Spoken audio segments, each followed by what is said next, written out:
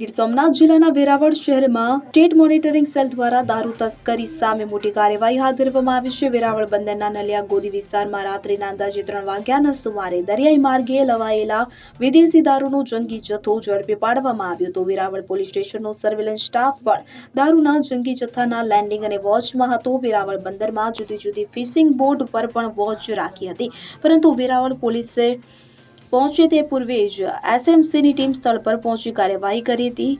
રામસાગર 4 નંબરની મહારાષ્ટ્રની ફિશિંગ બોટમાંથી 400 પેટીથી વધુ વિદેશી દારૂ ઝડપાયો હતો। દારૂનો જથ્થો દમણથી દરિયાઈ માર્ગે લવાયો હોવાનું તપાસમાં સામે આવ્યું છે।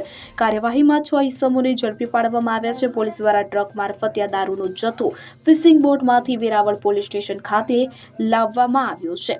એસએમસી દ્વારા દારૂનો જથ્થો મોકલનાર અને મંગાવનાર અંગે ફિશિંગ બોટમાંથી ઝડપાયેલા ઇસમોની આગવી ઢબે પૂછપરછ હાથ ધરાઈ છે।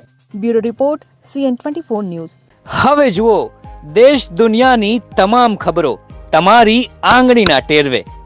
ઉઠાવો મોબાઈલ અને Google Play Store પરથી ડાઉનલોડ કરો અમારી CN24 ન્યૂઝ મોબાઈલ એપ।